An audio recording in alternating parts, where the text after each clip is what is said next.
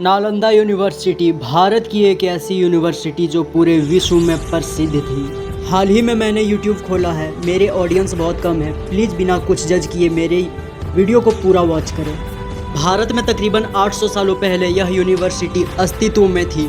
यहाँ केवल भारतीय ही नहीं बल्कि चाइना, म्यांमार, तिब्बत और भी देशों से यहाँ विद्यार्थी पढ़ने आते थे। नालंदा यूनिवर्सिटी में literature, theology, logic, medicine, philosophy इन सभी चीज़ों की पढ़ाई होती थी। यूनिवर्सिटी में तकरीबन 9 मंजिला लाइब्रेरी थी जिसमें 90 लाख किताबें भरी पड़ी थी, जहाँ पर दुनिया की सभी किताबें मौजूद थी। और उस समय राजाओं को अपने राज्य की सीमाओं को बढ़ाने तथा सोने चांदी को लूटपाट करने की होड़ मची थी।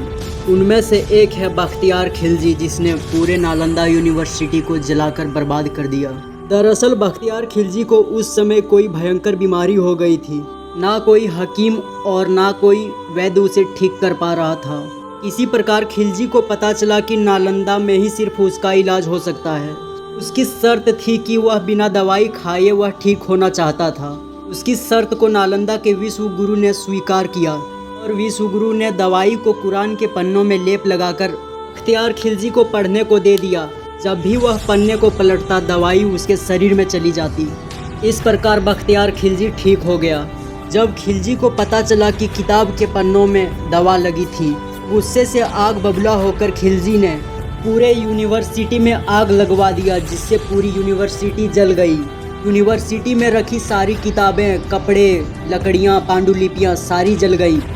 विद्यार्थियों और शिक्षकों का कत्ल कर दिया गया। बताया जाता है कि इतनी भयंकर आग लगी थी कि 3 महीने तक पूरी यूनिवर्सिटी जलती रही।